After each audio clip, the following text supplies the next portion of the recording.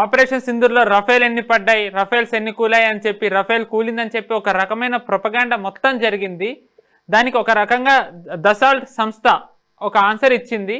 రఫేల్కి hit అయింది కానీ అది కూలలేదు, పైలట్ దాన్ని సేఫ్గా బేసిక్ తిరిగి తీసుకొచ్చాడు అని చెప్పి దసాల్ట్ సంస్థ అఫీషియల్గా చెప్పింది సార్. ఇంకొకటి రఫేల్కి సంబంధించిందే, మన ఎయిర్ ఫోర్స్ రఫేల్నే తీసుకుందాం ఎంఆర్ఎఫ్ఏ డీల్లో అని చెప్పి కూడా అందని దసాల్ట్ ఆల్మోస్ట్ దాన్ని అనౌన్స్ చేసేసినట్టుగా కూడా ఒకటి స్టేట్మెంట్ రిలీజ్ చేసింది. దీని గురించి మీరు ఏం చెప్తారు సార్? ఒక రఫేల్ ఏమన్నా గేమ్ ప్లే చేస్తుందా అంటే మనల్ని పర్సువేట్ చేయడానికి, లేకపోతే దీన్ని ఎలా చూడాలి సార్? అంటే సత్యమే అది. ఎందుకంటే మన ఎయిర్ మార్షల్ చెప్పినటువంటి భారతి గారు చెప్పినటువంటి స్టేట్మెంట్స్ మనం చూసామంటే, డైరెక్టర్ జనరల్ ఎయిర్ ఆపరేషన్స్ ఆయన చెప్పింది మనం చూసామంటే, ఆయన ఏం చెప్పారు, మా పైలట్స్ అందరూ సేఫ్ గా ఉన్నారు, we took some hits but all pilots are safe అన్నారు. అంటే దాని అర్థం ఏంటి అంటే వాళ్ళు ఎగ్జెక్ట్ చేసి బయట పడిపోయారా? పడితే దాని డెబ్రీ కనిపించాలి కదా మనకి. ఎందుకు ఈ రోజు దాకా మనం ఒక్క రఫైల్ డెబ్రీ కూడా ఎందుకు చూపించలేకపోతున్నాము? ఇది మనమేం దాచిపెట్టట్లేదు కదా, శాటిలైట్ ఇమేజెస్ అందరికీ ఉన్నాయి, మొత్తం చైనా చూడగలుగుతుంది, వెస్ట్ చూడగలుగుతుంది, అందరూ చూస్తున్నారు కదా. వీళ్లే కాదు, ఇంకా మనకు ప్రైవేట్ గా మనకు ఉన్నటువంటి ఆసెంట్ లాంటి హ్యాండిల్స్ కానీ, డేమియన్ లాంటి హ్యాండిల్స్ కానీ, వాళ్ళు ప్రైవేట్ శాటిలైట్ ఇమేజరీ వాళ్ళ దగ్గర చాలా ఉంది డేటా. మరి ఎవరు ఎందుకు చూపించలేకపోతున్నారు రఫైల్స్ పడిపోయినట్టు?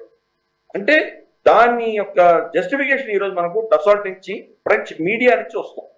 వాళ్ళు దీని గురించి వాళ్ళు బాగా ఇంతకాలం ఆల్మోస్ట్ 2-3 నెలలు దాన్ని ఇన్వెస్టిగేట్ చేసిన తర్వాత వాళ్ళు ఏం చెప్తున్నారంటే, రఫైల్ విమానం కూలిపోలేదు, దెబ్బ తగిలిన దానికి, దెబ్బ తగలంగానే ఆ పైలట్ దాన్ని చాలా కష్టపడి దాన్ని నాజుగ్గా దాన్ని మళ్ళీ ల్యాండ్ చేయగలిగాడు బేస్ లో, కాబట్టి నష్టపోలేదు, ఈ విమానం నష్టపోలేదు, దెబ్బ తగిలింది అని చెప్పి వాళ్ళు చెప్తున్నారు.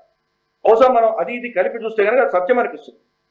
భారతి గారు చెప్పింది అదే, మా పైలట్ సేఫ్గా ఉన్నారు అన్నారు, విమానం కూలిపోయారంటే దెబ్బ తగిలే అన్నారు, దానికి మించి ఏం చెప్పలేదు. కాబట్టి ప్లస్ మొదటి రోజు మనం ఏదో టాక్టికల్ కొన్ని తప్పులు చేసాము, రెండో రోజు సరిదిద్దుకున్నాము అన్నారు. అంటే డెకాయిల్ పెట్టడం కావచ్చు, లేదా మనకు దాని సుకాయిల్ని పంపించడం కావచ్చు, ఇటువంటి చాలా చేశాం. ఎందుకంటే రఫైల్ కొంత సోర్స్ కోడ్ లేదు కాబట్టి మనం కొన్ని టెక్నికల్ దాన్ని క్యామఫ్లాజ్ చేసి వాళ్ళని శత్రువు యొక్క రెడార్స్ నుంచి తప్పించడానికి కొంత మనకు ఇబ్బందులు కలిగినాయి. ఫస్ట్ డే మొదటి రోజు మాత్రమే వీళ్ళు మాట్లాడగలిగారు పాకిస్తాన్, మేము ఇన్ని రఫైల్ కొట్టాము, ఇన్ని రఫైల్ కొట్టాము. రెండో రోజు నుంచి ఏం మాట లేదే. అంటే మనం మొదటి రోజు కొద్దిగా దెబ్బ తగిలింది మనకు అర్థమైంది. అందుకనే ఇప్పుడు భారత ప్రభుత్వం అంటే ఎస్పెషల్లీ ఇండియన్ ఎయిర్ ఫోర్స్ ఇంకొక 114 ఎయిర్ క్రాఫ్ట్స్ కొనాలి అని చెప్పి ప్రతిపాదన తీసుకొస్తున్నారు. అంటే తేజస్ కానీ ఇతరత్ర మనకు ఉన్నటువంటి ప్లాట్ఫామ్స్ అన్ని కూడా ఇవి వచ్చే సమయానికి వస్తాయి. మేబీ SU-57 అంటున్నాం మనం, అది కొంటామో లేదో తెలియదు మనకు, దాంట్లో ఇబ్బందులు దానికి ఉన్నాయి.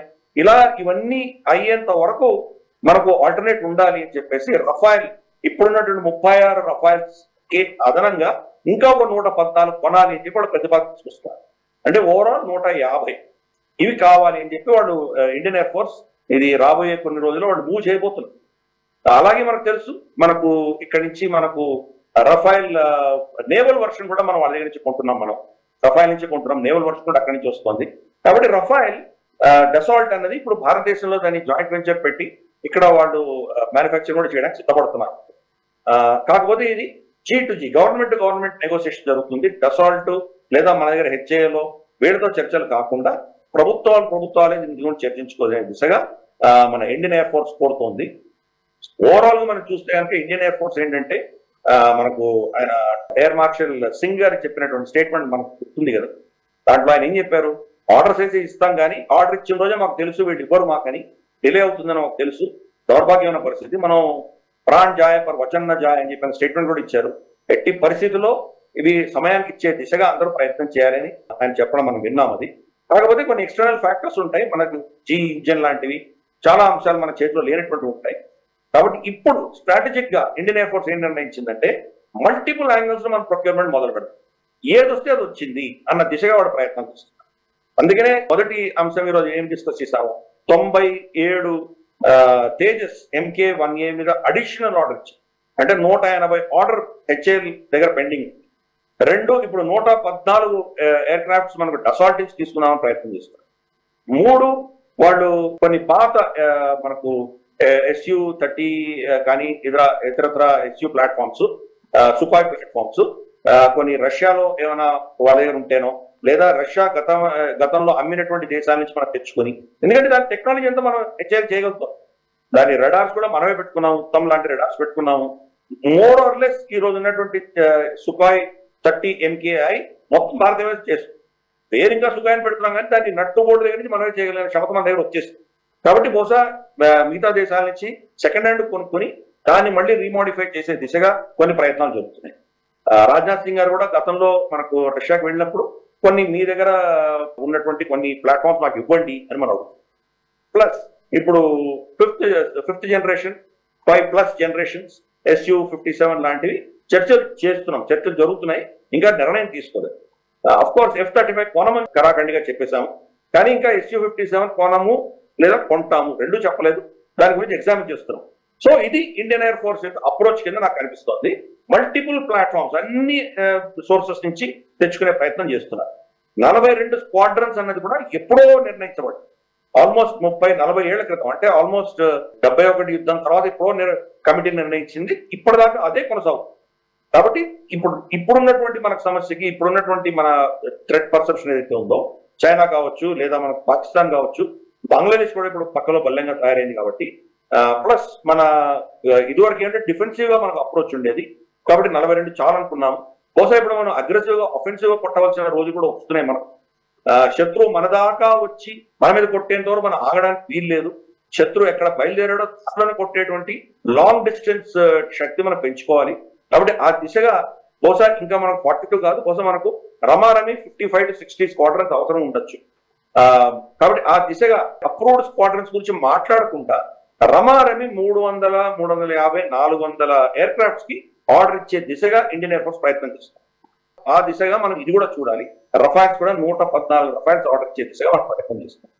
కొన్ని ఆర్డర్స్ వాళ్ళు ఆల్రెడీ కొన్ని దేశాలకు ఏదైతే వాళ్ళు తయారు చేస్తున్నారో వాటిని ఏమైనా మనకు అర్జెంట్ గా ఇవ్వగలరా, ఇటువంటివన్నీ ఆ దేశాలతో కూడా మనం చర్చిస్తున్నాం. ఫర్ ఇన్స్టెన్స్ ఈజిప్ట్, UAE లాంటి దేశాలకు వాళ్ళు కొన్ని సప్లై చేసి, ఆ ప్లాట్ఫామ్స్ ఆఫ్ కోర్స్ చాలా మినిమల్ ప్లాట్ఫామ్, దాని టెక్నాలజీ చాలా మినిమల్ టెక్నాలజీ ఉంది. ఎందుకంటే వాళ్ళకున్న థ్రెట్ చాలా తక్కువ, వాళ్ళ చుట్టుపక్కల దేశాలు వెళ్ళి కొట్టారు. మనకు అలాగా మనకు డైవర్స్ రిక్వైర్మెంట్స్ ఉన్నాయి. 50 డిగ్రీల సెల్సియస్ రాజస్థాన్ ఎడారి నుంచి ఎగరాలి, తక్కువ ఆక్సిజన్ ఉన్నటువంటి లదాఖ్ నుంచి ఎగరాలి, అలాగే మనకు కుండపోత వర్షం కురుస్తున్నటువంటి ఈశాన్య రాష్ట్రాల నుంచి, మనకు హషిమారా నుంచి అక్కడి నుంచి టేక్ ఆఫ్ అవ్వాలి, టస్ట్ స్టామ్స్ వస్తున్నా టేక్ ఆఫ్ అవ్వాలి. ఇటువంటి చాలా కండిషన్స్ పెట్టాం రఫైల్. ఈవెన్ ఫ్రెంచ్ ఎయిర్ ఫోర్స్ లో ఉన్నటువంటి రఫైల్స్ కూడా ఈ ఫీచర్స్ లేవు. కాబట్టి చాలా యూనిక్ ప్రపోజిషన్. కాబట్టి బహుశా దాని దృష్ట్యా మనం మళ్ళీ దీన్ని రియాక్టివేట్ చేసినట్టు అవకాశాలు ఉన్నాయి. ఇప్పుడు ఆల్రెడీ వాళ్ళకు నేవల్ వర్షన్ కూడా వాళ్ళకి ఆర్డర్ ఇచ్చాం. కాబట్టి చూద్దాం మరి మోదీ గారు, ఎమాన్యుయల్ మక్రాన్ ఇప్పుడు రాబోయే నెలలో మనకు USA లో జనరల్ అసెంబ్లీలో వాళ్ళు సైడ్ లైన్స్ లో కలుస్తారు అని మనకు తెలుస్తోంది. బహుశా అక్కడ కొన్ని నిర్ణయాలు జరుగుతాయని నేను అనుకుంటున్నాను. అఫ్ కోర్స్ ఆర్డర్ అక్కడ ఇవ్వరు.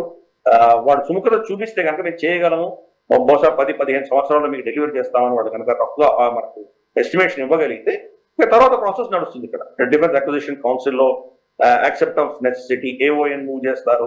తర్వాత దాన్ని DACకి వెళ్తుంది. అది తర్వాత అక్కడి నుంచి మనకు cabinet committee on security affairs clear చేస్తుంది. తర్వాత చర్చలు జరుగుతాయి. ఆల్రెడీ మనకు దీనికి ఆల్రెడీ టెక్నాలజికల్ గా మనం వాళ్ళని ఒప్పేసుకున్నాం. కాబట్టి గత 36 రఫైల్స్ ఆర్డర్స్ మనకు ఆల్రెడీ తెలుసు. కాబట్టి పెద్దగా నెగోసియేషన్స్ ఉండకపోవచ్చు. కానీ మన అనుభవం గత 2-3 సంవత్సరాల్లో ఉన్న అనుభవం దృష్ట్యా కొన్ని అడిషనల్ ఫీచర్స్ కావచ్చు, లేదా కొన్ని మోడిఫికేషన్స్ కావచ్చు మనం సజెస్ట్ చేయొచ్చు. ఇవన్నీ టెక్నికల్ డిస్కషన్స్, తర్వాత కమర్షియల్ డిస్కషన్స్. ఎందుకంటే అప్పుడున్న రేట్కి ఇప్పుడు ఇవ్వరు కదా, మారిపోయింది కదా. కాబట్టి ఆ దృష్ట్యా ఎటువంటి కమర్షియల్స్ ఉంటాయో ఇవన్నీ కూడా బహుశా ఇంకో సంవత్సరం పట్టొచ్చు. నేను అనుకోవడం ఏంటంటే రఫ్లీ వచ్చే సంవత్సరం ఇదే సమయానికి ఆగస్ట్ సెప్టెంబర్కి ఒక నిర్ణయం వస్తుందని నేను అనుకుంటున్నాను. అయ్యే అప్రోచ్ మాత్రం ఇదే. అన్ని ఎక్కడ ఆపర్చునిటీ ఉంటే అన్ని మనం ఆర్డర్ ఇద్దాం అన్న దృష్ట్యా వాడు వెళ్తున్నారు. అదే ఆ యాంగిల్లోనే మనం దీన్ని కూడా చూడాలి. ఈ వీడియో మీకు నచ్చినట్టయితే లైక్ చేయండి, 10 మందికి షేర్ చేయండి. అలాగే కామెంట్ల రూపంలో మీ అభిప్రాయాలను మాతో పంచుకోండి. Nationalist hub group of channels ను సబ్స్క్రైబ్ చేసుకుని తెలుగునాట జాతీయవాద జర్నలిజాన్ని ప్రోత్సహించండి. ఈ వీడియో కింద ఉన్న బెల్ ఐకాన్ పై క్లిక్ చేయడం మర్చిపోవద్దు.